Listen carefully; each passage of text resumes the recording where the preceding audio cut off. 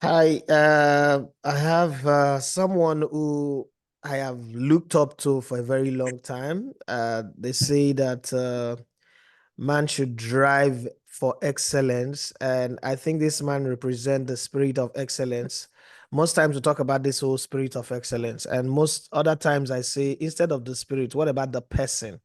So if there is going to be a picture that depicts excellence, this man is the person that I can say it represents excellence. And then patriotism is not a word in the dictionary, it's an action. And again, this man also taught me what patriotism means. It means going above and beyond. It means bending back over for country and for people that you love. And in the 2016 Olympic bronze medal that Samson Siasia and that team won wouldn't have happened if he didn't play the role that he played. We wouldn't even have gone to the Olympics in the first place. Would have been stuck in Atlanta and then come back. Again, we wouldn't even have gone to Atlanta for that preparation. A lot of things we wouldn't have qualified. The role he played made it possible for that to happen. So we're going to have a bit of conversation around him, what he does, the World Cup that is coming. First time is going to be hosted in three countries, and the first time is going to be bigger than what it used to be. All of that is going to come in the next 30 or so minutes. I have with me Mr. Olubumi Jinadu. Good day. It's a pleasure to have you, sir. Good day, Matthew. It's a pleasure to be here. How are you? You're still in Atlanta, right? Yes, not unless you have a job for me and you want me to move somewhere else. I think you're the one that will have a job for me. Yeah, Well, I'm sure. I'm hoping that I could make it to if Nigeria qualifies for the World Cup, I would come around and I mean I shot the dirty side to be decided I want to be at. They say the dirty side is no longer dirty. It's clean Mm, south now. That's what my there sister you go. tells me. Okay, so let's take this journey. For those who don't know you, let's get to meet you. Tell them who you are, what you do, and how you come to be in such an enviable position where you are part of the people that is making the World Cup in 2026 happen. Okay, so my name is rightfully, like you said, my name is Olubumi Jinadu. They call me Bumi Jinadu. I'm originally from Lagos State, Isaleko, by blood and by family. I've been in the US since in Atlanta since 1996. Fast forward, how did I become uh, privileged to be in this position? Just like any good thing, it takes a lot of hard work and it takes a lot of perseverance to continue to push the envelope. Um, it started when, you know, the at when we were starting an MLS team in Atlanta, Atlanta United, and also simultaneously when the 2016 Olympic Games in Rio happened. I reached out to the leadership in Atlanta to say, hey, look, Atlanta is going to be celebrating the 20 years of Atlanta hosting the Olympic Games. And the first African team to ever win a gold, was the golden team back then, the Nigerian Olympic team. When they won it and the way they won it. And I convinced the leadership and to let them know that it will be good for us to bring them back to help us celebrate the Olympics. At the same time, it will also be a good preparation ground for the team, before going to Rio, because similar climate, similar weather, similar type of environment, and they can just tap into that spirit of them winning, and maybe take it into Brazil and hopefully repeat what they did, with the celebration here and the environment here, and taking it onto Brazil, to hopefully bring back another goal. So that all started at the same time. At the same time, I brought the biggest football convention back to the US. Soccer X, that was my handwork. And it all happened all around the same time. So that's how I got to this position. So a lot of leaders in the field, saw what I did, or been watching closely what I've been doing. So that was when I got the call, when Baltimore, Maryland was campaigning as a host city. That was when they called me to be their senior advisor for the host committee to help them campaign for the FIFA 2026 World Cup. Wow. I mean, it's a thing of joy when you see your countryman be in a position of one integrity and an elevated position. It means that not everything that is negative about Nigeria is true. There are some people who are really holding the flag up high. And let's go back to that team. I recall very well when Siasia was appointed. One day he just flew into Lagos and called me, himself and Abu.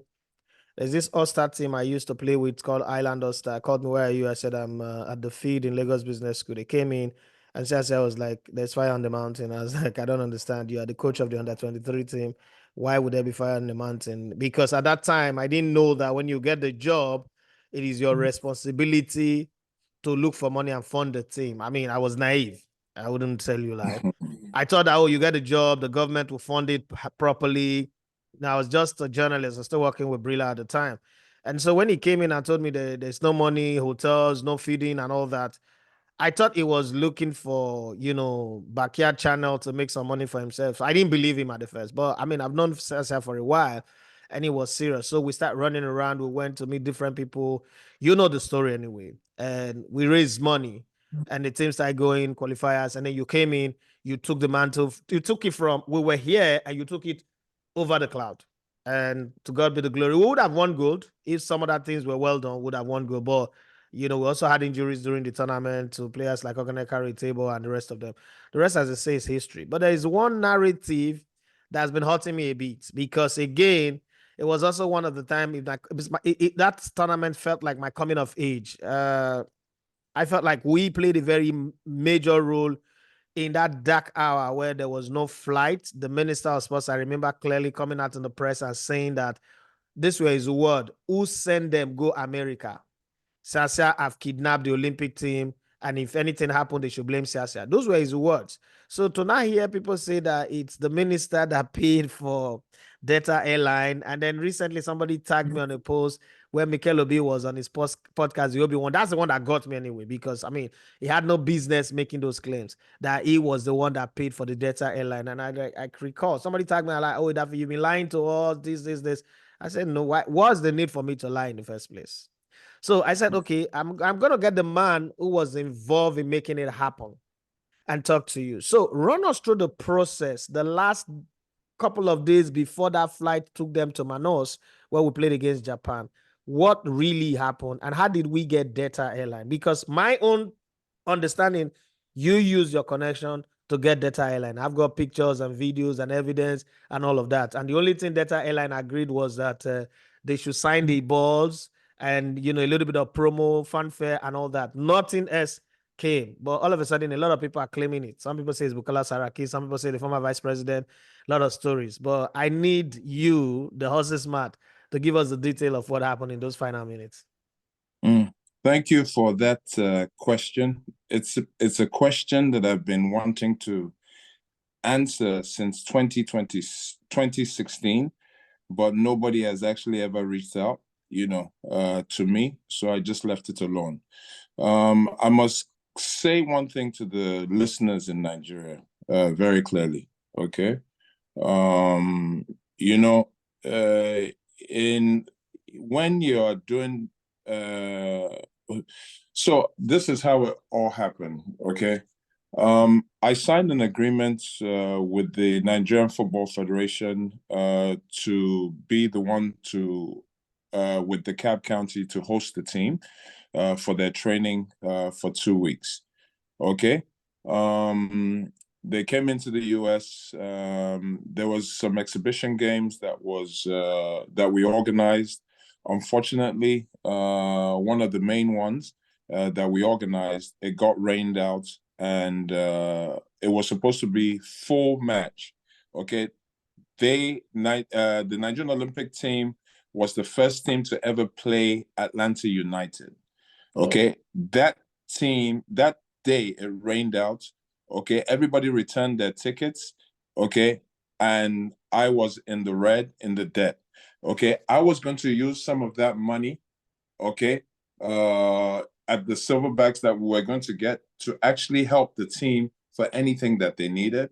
But unfortunately, that couldn't happen. I was in the red. So I lost money there.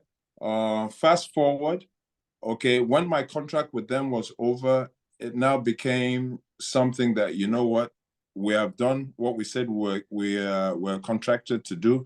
Now it is up to them. They can continue with their Olympic training and so on and so forth, in addition to what we had put together for them. So now, getting closer for the time for them to go to Rio, okay, they now realized that they were not having any luck in getting flights for everybody to now get on the plane and get to Rio altogether. Okay, so me, I had already gone by my regular business and this and that. I counted my money, as a loss. Okay, but then I thought again that, you know what, if I don't step in and do something about this, okay, the whole nation is going to be blaming me. That, the Nigerian mentality. Who was the one that even brought them to America? Don't we have training here in Nigeria? Why didn't they just stay in Nigeria?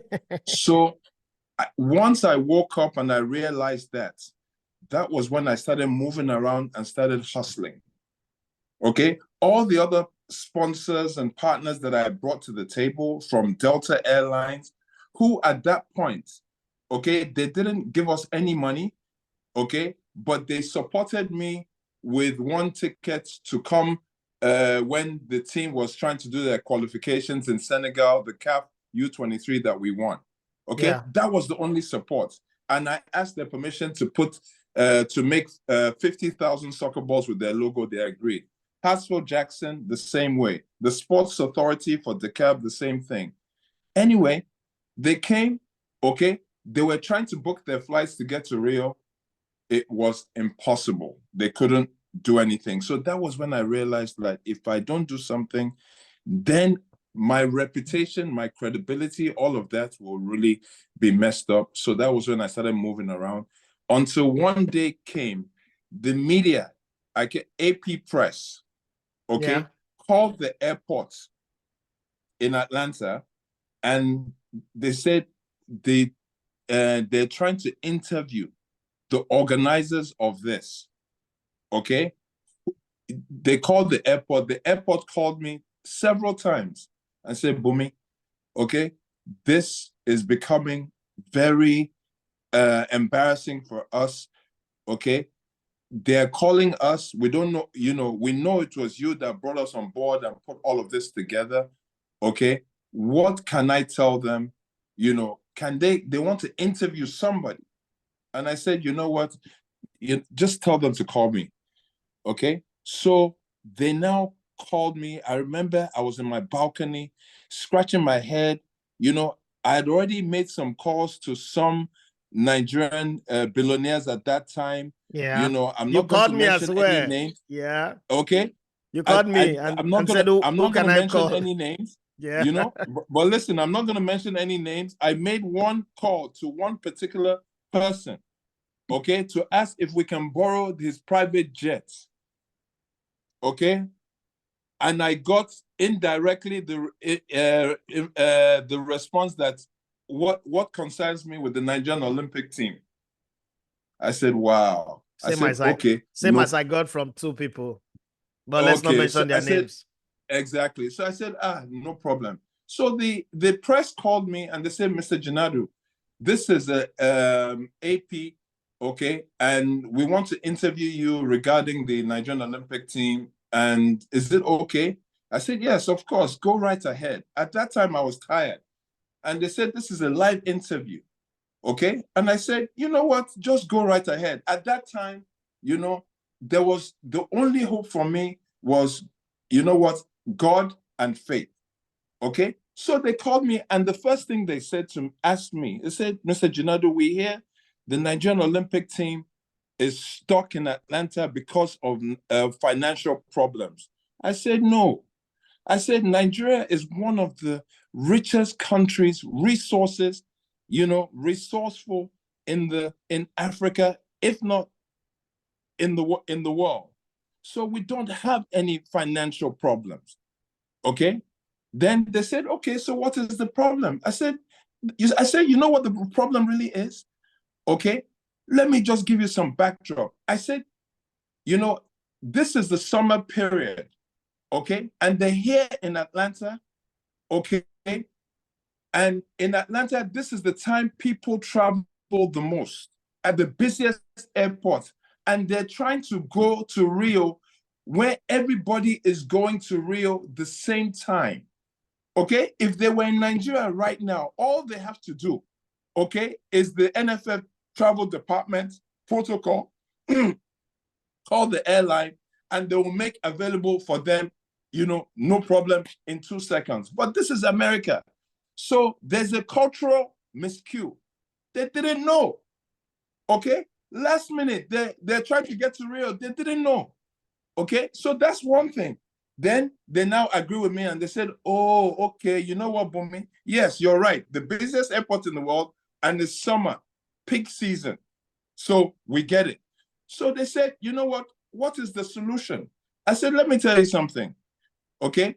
The Nigerian Olympic team didn't have to come to Atlanta to come and train. Okay. They could have sat down in Nigeria and done their training in Nigeria. But because you people in Atlanta were celebrating 20 years of hosting the Olympics, and Nigeria was the first African team to win that Olympics, they came to celebrate with you and kill two birds with one stone. Okay? So if that's the case, if they came to celebrate with you, and mind you, the US team, Olympic team, didn't qualify. So now Nigeria has become the default Olympic team for the US and everybody here. Okay? So at the very least, show them appreciation that they came to your home. The least you can show them is your southern hospitality. They said, oh, you know what, Bunmi, you're right. I said, on top of that, would you allow the US Olympic team to get stuck in Nigeria, get stuck in Zimbabwe? Okay, some billionaire, some corporation would have said, you know what, we're sending a plane to go and pick them up, and they go. So how dare you? They came to show you this. You cannot show them some southern hospitality. On top of that, I said to them, I said, Delta, the busiest route globally is Lagos, Atlanta, Lagos. Okay, I said, it doesn't cost them anything to say, you know what, here's the plane, we'll take them to Rio. Matthew, my brother, as soon as I got off that interview, as soon as I got up, barely 5 minutes, I get a phone call from the leadership of Delta to tell me, say, Bunmi, we heard your interview on the radio, and we're trying to do something, you know, with it. He said, are you going to be available? You know, we're working on it. Are you going to be available in the next, say, 30 minutes? I said, yes, I'm available. You know, please notice one thing. Ask Saraki, ask Dalong, did they call him? Did they call Siasia? Did they call anybody? It was me they called. Okay? How did they get my number? Through the other stakeholders. They found it, they got it, and they called. You know, America doesn't play with information. So Absolutely. They called me Exactly. So they called me 30 minutes later and they said, Mr. Jinadu, okay, we have good news. I said, what is it? They said, we have found a plane that can take the team to Rio. Okay. I said, fantastic. Because the leadership of the Football Federation and everybody have been looking for this plane, that plane. They couldn't find anything. They said, Bunmi, we found the plane. I said, fantastic. I asked them, how much is it going to cost so that I can pass that information, okay, and go to sleep and just wash my hands. Yeah, because it was really late at the time. Yeah. Exactly. So as they said, Mr. Jinadu, they said, Mr. Jinadu, you know, this plane will normally cost $250,000. Okay. But we have good news for you. We are giving it to you for free. On top of that, we're going to get hotel for them so that they can spend the night and transition. Matthew, that is how we got the plane. They also asked me, they said, Bunmi, okay, who do we need to talk to in the leadership of Nigeria? I said, me. It is me. You are talking to him because I put this on myself. I put all the money up. I did everything. You're talking to the person. And that is how we went. The next morning, they got the plane. It was standby. There was all paparazzi at the airport, everything. And that is how the team got to Manus the same day and went straight onto the pitch. That the next day, I got on the plane. I was at the airport. They said, Bunmi, are you coming with us? I said, no, I am not coming. Okay, I've done my job. Okay, because it was a headache doing all of that. I said, you know what? I've done my job. I have cleared my name. And that's exactly how it happened. Then I now get a phone call from Delta, the CEO. Yeah. Okay. And they said they wanted to do an interview with me. Okay. And that was where I now presented them with the official ball that DeKalb County, okay, had sponsored for the practice balls, and we manufactured 50,000 of those balls with Delta logo, Hartsville Jackson's logo, and everybody. We still have those balls to today. On top of that, we got 2 proclamations from the DeKalb County government and Atlanta government, and that's exactly how it happened. Okay, so once again, I'm going to say thank you for what you did, because it was a timely intervention, and to show you how important the role you played, and all of us played at that time. Nigeria have not qualified again for 2 Olympic football events back to back, men. And people don't understand what a lot of people behind the scene do to make this qualification happen, the preparation, pre-Olympics preparation and all that. And these days we have ministers who just go about on social media explaining things that they don't even understand. Having said that, the one that saddens me the most, because I mean I'm close to tears here, is Mikel Obi, who's a player in the team. I mean, I agreed he paid for food, he paid for accommodation, as what Sasia told me, claiming that he was the one that paid for that Delta Airline. I felt sad about it because he didn't need to do it. It does. I don't see Mikel Obi as somebody who's chasing clouds. But when I saw that, I felt sick. Like, is this a sickness in Nigeria? Must everybody behave this way? I mean, I think that when people travel abroad, they're supposed to know better. But let's jump from that. America is planning to host a football event that is almost the size of an Olympic event.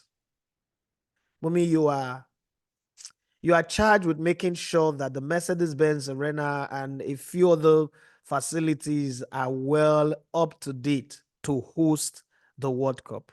How ready is the United States of America, Canada, and Mexico?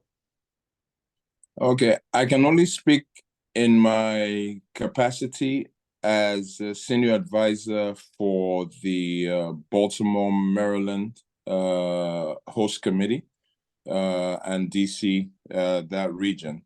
Yeah. But obviously I live in Atlanta.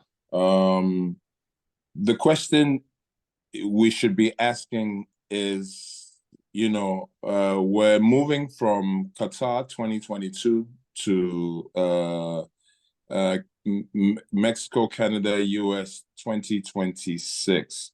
And it's going to be a bigger World Cup with 48 teams. Is Atlanta ready? Are all the other host cities ready?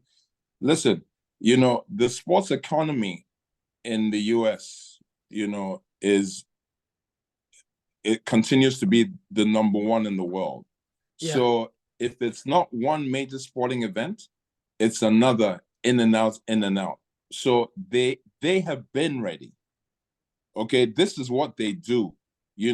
Every year round, the NBA, The Super Bowl. the Super Bowl, and we're talking every city. Okay, and the irony of all of this is they don't even have a sports secretary or a minister of sports. Yeah, so Okay, I the US heard. does not have a sports minister, but every city is so well organized that they have the Convention and Visitors Bureau, which within that Convention and Visitors Bureau, you now have your sports commission. Okay, so they do this day in, day out. Okay, It's a walk in the how park ready for are them. they? Yeah, how ready are they? They're very, very ready. Okay, and there's no fire brigade mentality, whereby we have to do no. It is organized. Okay, and this is what we've been trying to extend our hands, to say, Nigeria, Africa, please get your act together, okay, and we can help you. We in the diaspora, we can help you because they trust us. We have built relationships where that we are at the helm of this with decision makers, talking to them every single day, that we can bridge the gap between Africa, okay, whatever country, and the US sports economy.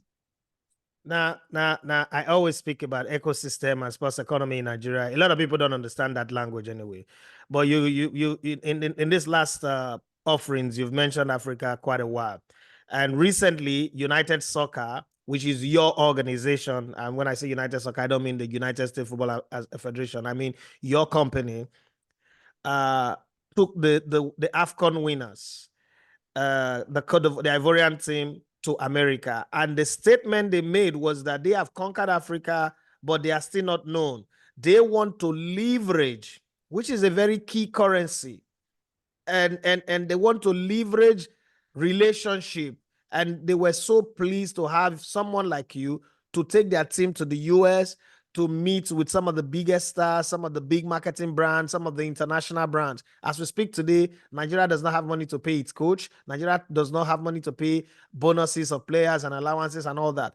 If we could leverage on this, how would it help our sports economy?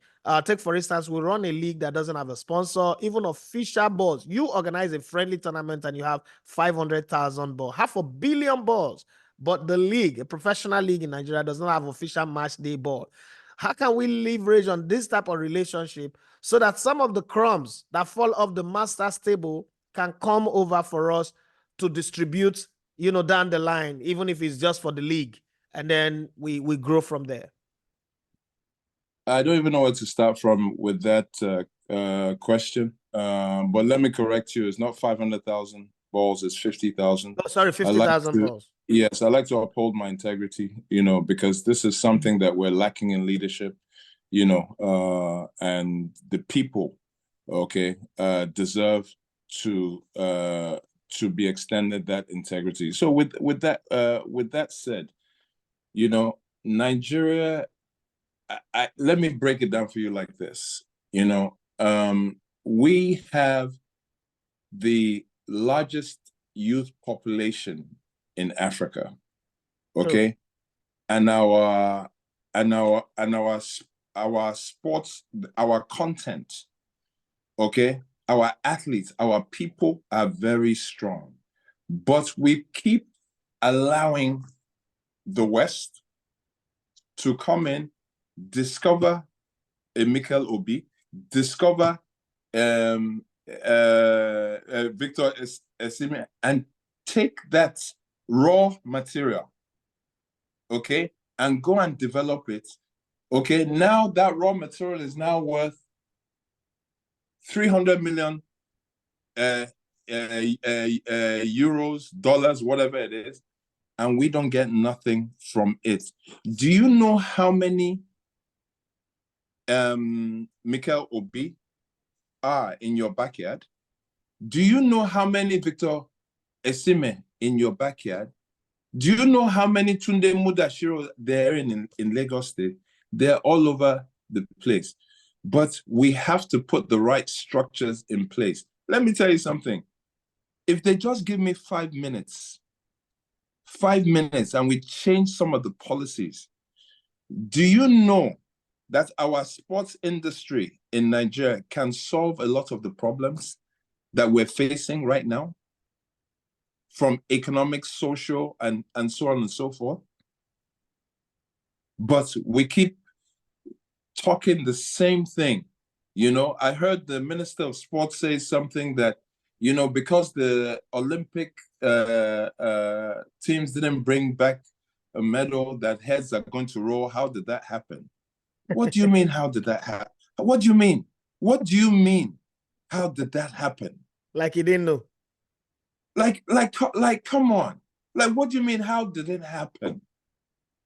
We keep doing the same thing, expecting the same results. But meanwhile, a country like Cote d'Ivoire, as soon as they won that cup, they looked at it and they said, you know what? Let's take this cup on a global tour and build bridges and use it to attract investments in our sports infrastructures and so on and so forth. I'm like, my goodness. Okay? They came to me. They didn't even know where to start. In 2 seconds, we put things in place for them. They came, they saw, and now they're signing MOUs. And I'm not from Cote d'Ivoire. Okay? So when are we going to ever get it right? When are we going to ever get it right? I feel sorry for the youth population. Those people in Isaliko, those people in Onitsha, okay, that don't have any equipment, okay, but they have the talent. And they're saying to themselves, if Victor Esime that was selling water can make it, I can make it. Out of the 200 million people in that nation, that we have 60 to 70% that is under the age of 25, all you have to just do is develop some type of technical pipeline in our league, the academy level, the grassroots level. Let me tell you something. Before Arsenal, Manchester City, Man United, Liverpool, Real Madrid, Barcelona, they will be coming to beg us. I will make sure that they're not leaving, they're not just coming and just taking our resources, okay, like the rest of them do. Take the resources and they take it over there, and now you have Real Madrid that is a club that is worth billions upon billions, okay? When are we going to ever get it right? Meanwhile, when somebody like Burna Boy starts up a sports academy, we're clapping our hands. Clapping our hands for what? Okay? Because one person? Do you know what we can do when we come together on a united front? What our president is running up and down now with everything that he's trying to do this, do this, do this. Let me tell you something. The answer is right there in front of him in sports. But no sports. What is sports? The same way they threw aside the creative economy. Okay, you just want to be a singer, this, that, this. I beg, go. Now look at what the elites are doing now. Okay? When they come to United Nations General Assembly, okay, and they walk into a VIP reception, the first music they're hearing is Davido, Burna Boy, this, that, this. you know we can do the same thing in sports. Absolutely.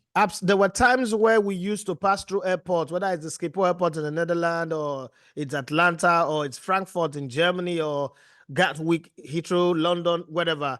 The first question they ask you, do you know Kocha? Do you know Kanuanko? Do you know Finidi George? Do you know Amokachi? You know, it's crazy anyway. And unfortunately, we can't talk about everything just on this, but like I said, I promised that I was going to take 30 minutes of your time. I don't want to lose that integrity as we talk. So we wrap up this by me asking you, if you have one word to say to that young man out there, like we said, 70% of our population is the youth, and sometimes we do get fed up.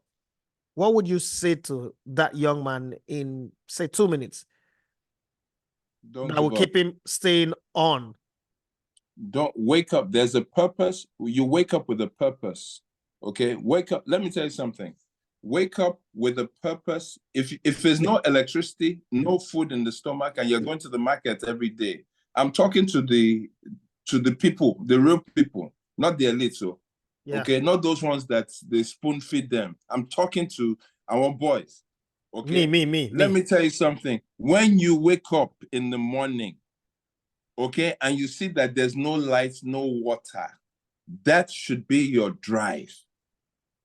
Okay, do not give up. I'm telling you, if Victor Osimhen was able to make it, you yourself, you will make it. Do not give up. Let me tell you something. If I am not giving up after filing bankruptcy because of this, why I'm not giving up, because I'm continuing to fight for you people in Nigeria, in Africa. Don't give up. Don't give up. You cannot give up. You cannot afford to give up. Thank you so much for sharing your time with us. One of the things I like to say is that leading up to the World Cup in 2026, we will still tap from your, great resources, your minds, and the Nigerian League is my own, bone, my own fish bone, and I like to show it on my dog bone. And if there is any way, whether it is, opportunities to connect with us so that we can have balls for the league, jerseys for clubs that are in the league, do not hold back. I know that we have a lot of ungrateful people, but the ungrateful people belong to the elite. We are the young people who want things to work. Do not hold back because, oh, once I did it, I was hot. I'm not going to do it again. I did as well. I got people to bring in about almost $500 million. And some people look at me, some people don't talk to me anymore, that I deceived them to go and put their money in the Olympic team. I can't even call them for help when I need help, but we're still marching on. Please don't turn your back on us because we really need you. Thank you very much for your time on this interview segment with me. Thank you. God bless you, sir. Mm-hmm.